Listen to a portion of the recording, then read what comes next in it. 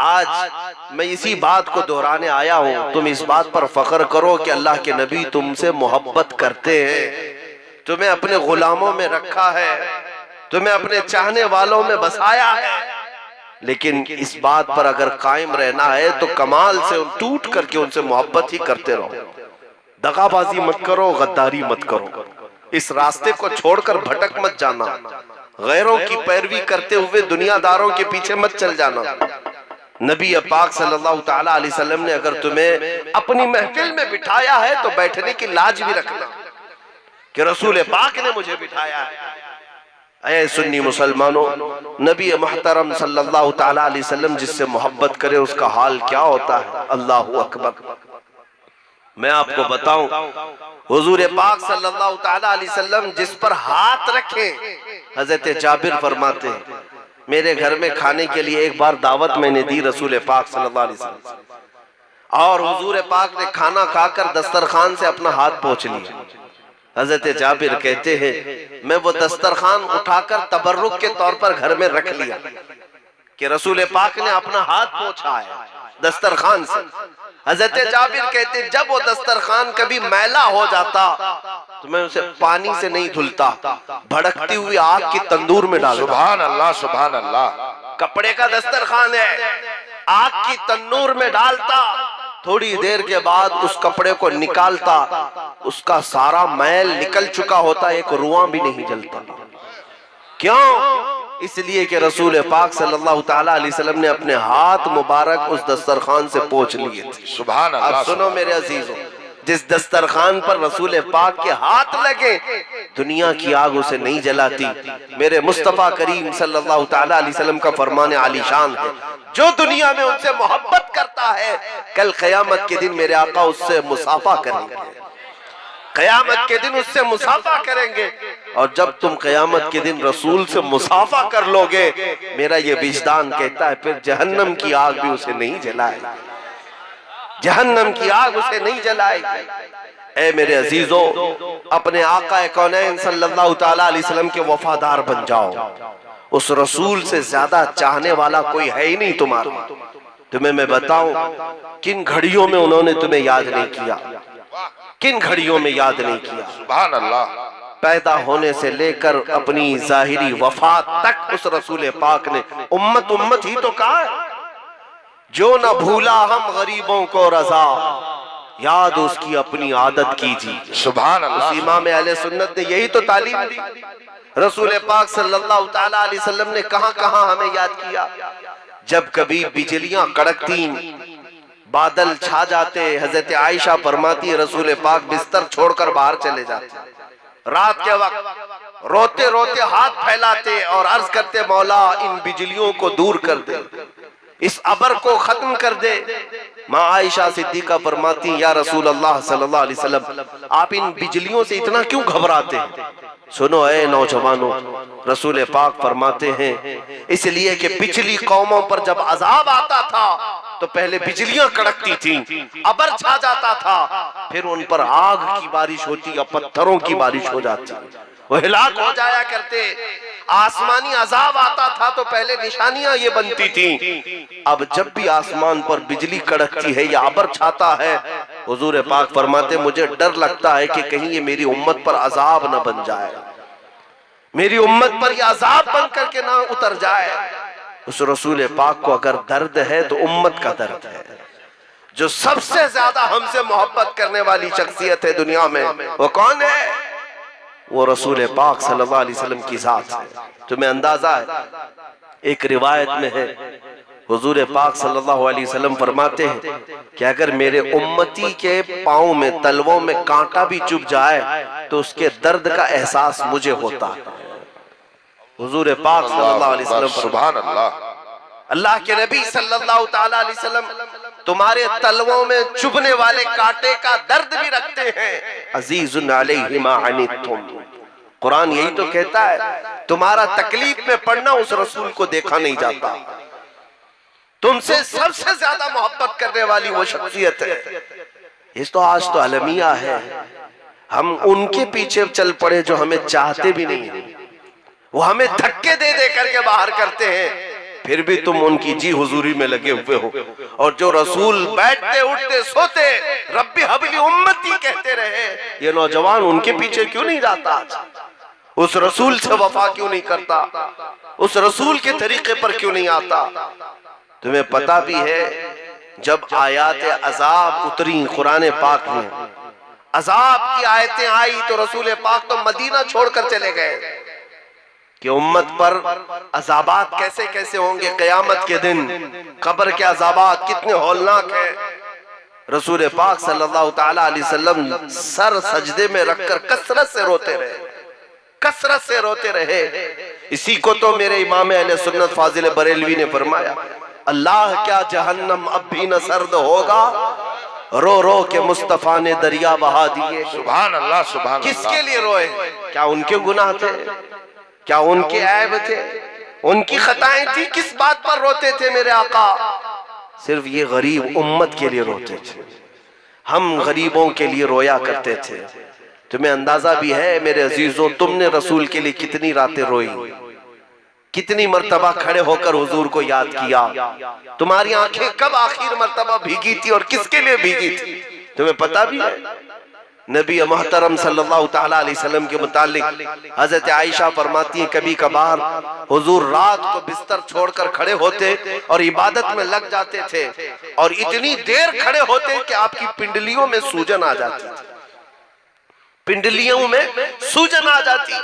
माँ आयशा फरमाती है, मैं कपड़ा गर्म कर सेक करके उन पिंडलियों का वर्म, सूजन को कम किया करती थी और कहती, या रसूल अल्लाह सल्लल्लाहु अलैहि वसल्लम, आप इतनी मशक्कत से इबादत क्यों करते हैं, इतनी तकलीफ क्यों उठाते हैं? रसूल पाक सल्लल्लाहु अलैहि वसल्लम फरमाते, ऐ आयशा, ये मेरी गरीब उम्मत के लिए मैं करता हूँ कि मेरा रब राजी हो जाए, मेरी उम्मत को बख्श दे। जो सबसे ज्यादा मोहब्बत करता है ना दुनिया में हमसे, वो कौन है? हमारे रसूल की जात है। और आज मुझे ये बताने की भी जरूरत नहीं होनी चाहिए, ऐ मुसलमानों, मैं एक बात बता दूं, मेराज की शब जब अल्लाह ताला ने मेरे मुस्तफा को आसमानों पर बुलाया, फिर लामकां का सफर कराया और उस जगह बुलाया जहां कोई न गया है और न जा सकता है क़यामत तक। वो मकाम अता किया किसको? मेरे आका को। लेकिन अंदाजा आया, मेराज का सफर तो सुनते होंगे ना, रसूल पाक सल्लल्लाहु अलैहि वसल्लम मस्जिद हरम से मस्जिद अक्सा गए। वो शान क्या थी जो 1,24,000 अंबिया की इमामत किया, आसमानों का सफर किया बुराक से, जिब्राइल के साथ गए सिदरतुल मुंतहा तक। यह 7वें आसमान के भी ऊपर है। सिदरतुल मुंतहा में जिब्राइल भी रुक गए, आगे सिर्फ हुजूर चलते रहे, रफ रफ सवारी पर चल पड़े। फिर एक मकाम आया जहां रफ रफ सवारी भी खत्म, सिर्फ रसूल पाक चलते गए और वो कुर्बे खुदाबंदी की घड़ी थी। अल्लाह रब्बुल इज्जत ने इतना करीब बुलाया रसूल को कि 2 कमानों से कम का भी फासला रह गया। सुभान अल्लाह, सुभान अल्लाह। अब मैं जो बात कह रहा हूं तवज्जो, ये मकाम पहले किसी को मिला? रसूल पाक सल्लल्लाहु अलैहि वसल्लम से पहले किसी को मेराज हुई या कयामत तक किसी और को होगी? ये दीदारे खुदाबंदी का शरफ सिर्फ मेरे आका को मिला। लेकिन उस रात को जिसे इतना बड़ा मकाम मिला हो, वो फख्र से क्या ना करे। अरे मेरे अजीजों, ये वो रात है जब अल्लाह ने खुद मेरे नबी को सलाम किया। तुम्हें पता है जब रसूल तारीफ करते हुए अल्लाह की बारगाह में जा रहे थे, अत्तहियातु लिल्लाहि वस्सलावातु वत्तय्यिबात, ये हुजूर के अल्फाज थे। अल्लाह की तारीफ कर रहे थे, तमाम पाकियां, तमाम अच्छाइयां, तमाम बुजुर्गी अल्लाह के लिए है, अल्लाह के लिए है। तो रब ने जवाब क्या दिया पता है? अस्सलामु अलैका अय्युहन नबी व रहमतुल्लाहि व बरकातुहू। ये किसकी तरफ से आया सलाम? अल्लाह की तरफ से आया। ऐ नबी, तुम पर सलामती हो, अल्लाह की रहमतें और बरकतें हो। अब सोचो जरा, एक बड़ा आदमी भी सलाम करता है तो तुम्हारे पैर जमीन पर नहीं टिकते, जिसे खुद कायनात का खुदा, कायनात का खालिक सलाम करे, ए रसूल तुझ पर सलामती हो। उस रसूल के फख्र करने के लिए कितना बड़ा मकाम है। लेकिन जब अल्लाह ने रसूल को सलाम भेजा, रसूल पाक ने क्या कहा? ऐ मौला, ये तेरा सलाम मेरे लिए है, लेकिन मौला तू अपनी सलामती में मेरी उम्मत को भी शामिल फरमा ले। वस्सलामु अलैना व अला इबादिल्लाहिस सालिहीन। मुफस्सिरीन फरमाते हैं और सीरत निगार फरमाते हैं, इस दुआ में रसूल पाक सल्लल्लाहु अलैहि वसल्लम ने अपनी उम्मत के नेकों को और गुनहगारों को शामिल कर लिया कि मौला तेरी सलामती, तेरा सलाम सिर्फ मेरे लिए नहीं, मेरी पूरी उम्मत के लिए तेरा सलाम हो। जो न भूला हम गरीबों को रज़ा। मेराज की शब कुर्बे खुदावंदी हासिल हुआ। रब तबारक व तआला ने इतना करीब बुलाया। हुजूर फरमाते हैं, मेरे सीने पर अल्लाह रब्बुल इज्जत ने अपना दस्ते कुदरत रखा, जिसकी ठंडक मैंने महसूस की, और फिर मुझसे जमीन की सारी चीजें वाह हो गई, कुशादा हो गई, खुल गई। मैंने जमीन के सारे खजाने देख लिए, पूरी कायनात को देख लिया। अब रब तबारक व तआला ने पूछा, ऐ महबूब मांगो, क्या मांगना चाहते हो? जब खुद रब ताला फरमाए उस रात में, मेराज की शब में, मांगो क्या मांगना चाहते हो, उस रात को मेरे आका क्या नहीं मांग सकते थे? मक्का की गलियों का ताज, बादशाहत, लोगों की ईज़ा रसानियों से छुटकारा, बहुत सारी बातें अल्लाह की बारगाह में अर्ज कर सकते, लेकिन मेरे आका की इस मोहब्बत पर कुर्बान जाओ। रब ने जब पूछा कि मांगो ऐ महबूब, क्या मांगते हो? मेरे आका ने कहा, ऐ मौला, मेरी उम्मत की बख्शिश मांगता, मेरी उम्मत की मगफिरत चाहता हूँ। मुझे बताओ ऐ मुसलमानों, कौन है जो हमें मेराज की शब भी नहीं भूलता? कौन है जो अपनी माँ की गोद में भी हमें फरामोश नहीं करता, अपनी जवानी में नहीं भूलता, अपनी इबादतों में नहीं भूलता, मेराज की शब नहीं भूलता? यहाँ तक कि मैं तुम्हें बताऊं,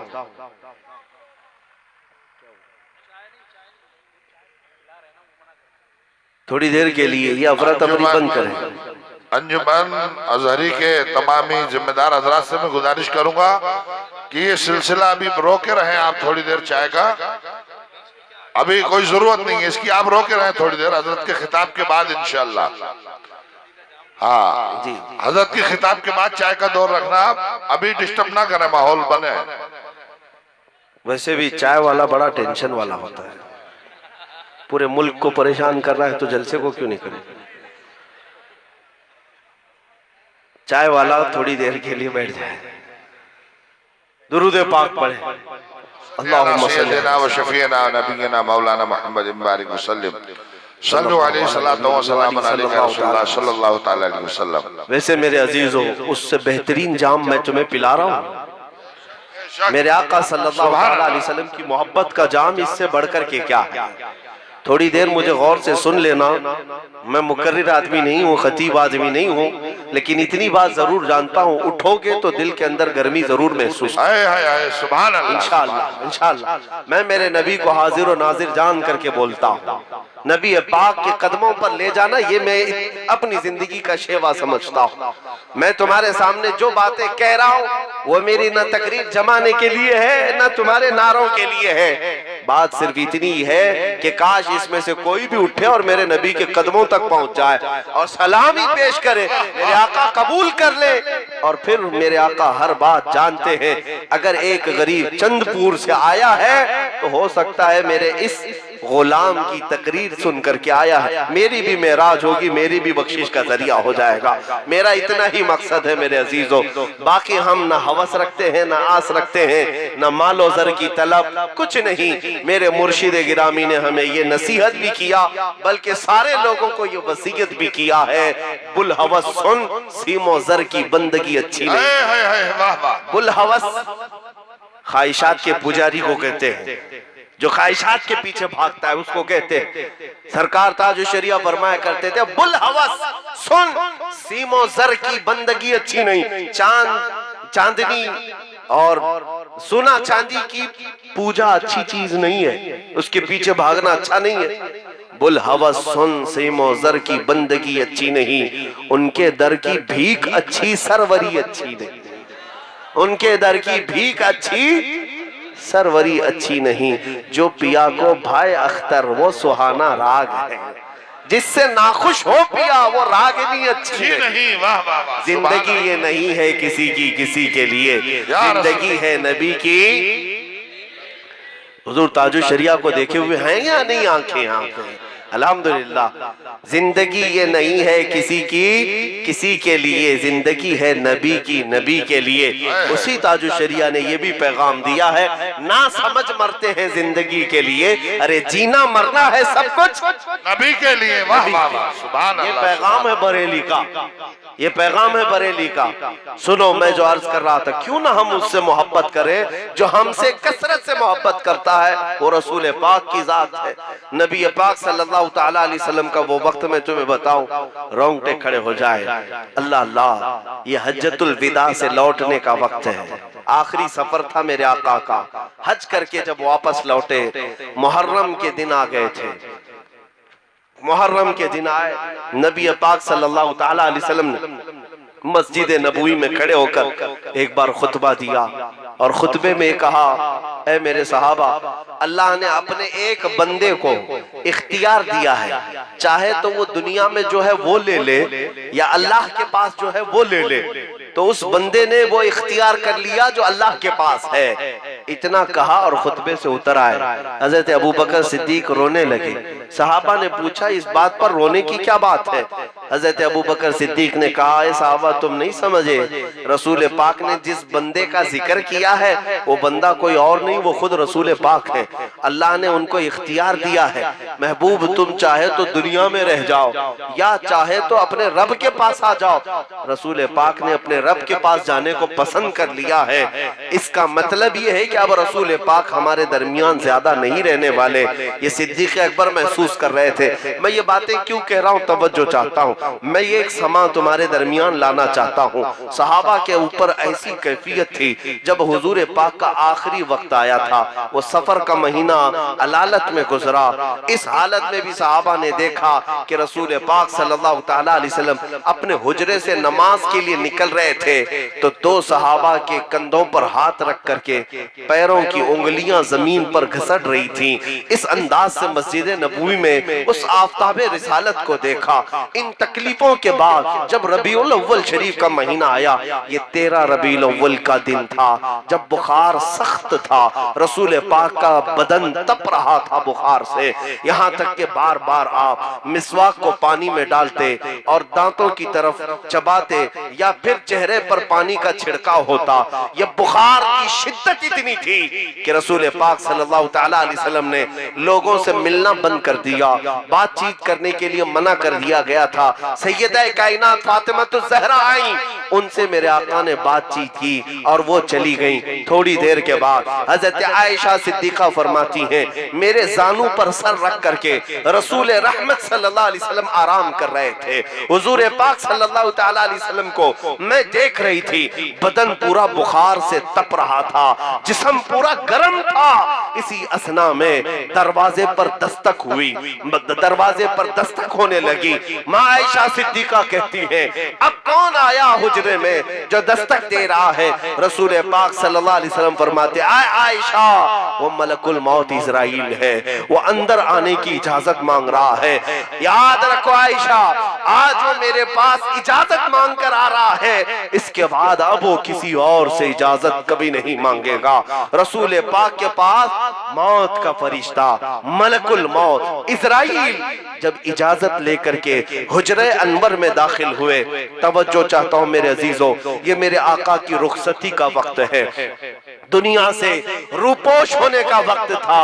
वो चेहरे अनवर के पर्दा पोशी का वक्त था। नबी रहमत सल्लल्लाहु तआला अलैहि वसल्लम की रहलत का वक्त था। जब मलकुल मौत सिराने पर आ गए, रूह के निकलने की तकलीफ क्या होती है जानते हो? फरमाया गया जैसे खारदार झाड़ियों में, कांटों की झाड़ियों में रेशम का कपड़ा डाल करके अगर खींचा जाए तो जिस तरह कपड़ा फटते फटते निकलता है, इस तरह रूह निकलने के वक्त इंसान को तकलीफ होती है। रूह उसकी उंगलियों में, उसके नाखूनों में, उसके बालों तक सरायत कर चुकी होती है। जब मलकुल मौत पूरे जिस्म से रूह को खींच रहा होता है, शिद्दत का दर्द होता है, नज़ा का दर्द बहुत अलग होता है, सकरात की तकलीफ बहुत अलग होती है। सकरात के वक्त अगर मक्खी भी बैठ जाए बदन पर तो पहाड़ के बराबर लगती है। एक चम्मच पानी सकरात के वक्त एक नदी पानी के बराबर लगने लगता है। मौत का दर्द बहुत होता है, यहाँ तक कि नज़ा के वक्त आदमी अपने माँ बाप को भूल जाता है, अपने भाई बहनों को पहचान नहीं पाता, खुद को वो भूल चुका होता है। इतना दर्द होता है। ये औरों की बात है, मगर मैं मेरे मुस्तफा की बात कर रहा हूँ। रसूल करीम सल्लल्लाहु तआला अलैहि वसल्लम के आखिरी वक्त का हाल ये था कि शिद्दत का बुखार है, नज़ा का वक्त है, मलकुल मौत सिराने पर है, रूहे पाक को लेकर अल्लाह की बारगाह में ले जाना है। लेकिन मैं कहता हूँ ऐ अजीजों, उस वक्त रसूल पाक की जुबान से अगर कोई सवाल निकलता है तो ये नहीं कि मेरी अज़वाज कहाँ है, मेरी औलाद कहाँ है, मेरे नवासे कहाँ है, मेरी बेटियां कहाँ है, नहीं, मलकुल मौत से रसूल पाक यूं पूछते हैं, ऐ इस्राइल जरा ये तो बता, ये जो सकरात का दर्द है, क्या इस दर्द से मेरी उम्मत को भी गुजारा जाएगा? क्या मेरी उम्मत को भी ये दर्द दिया जाएगा?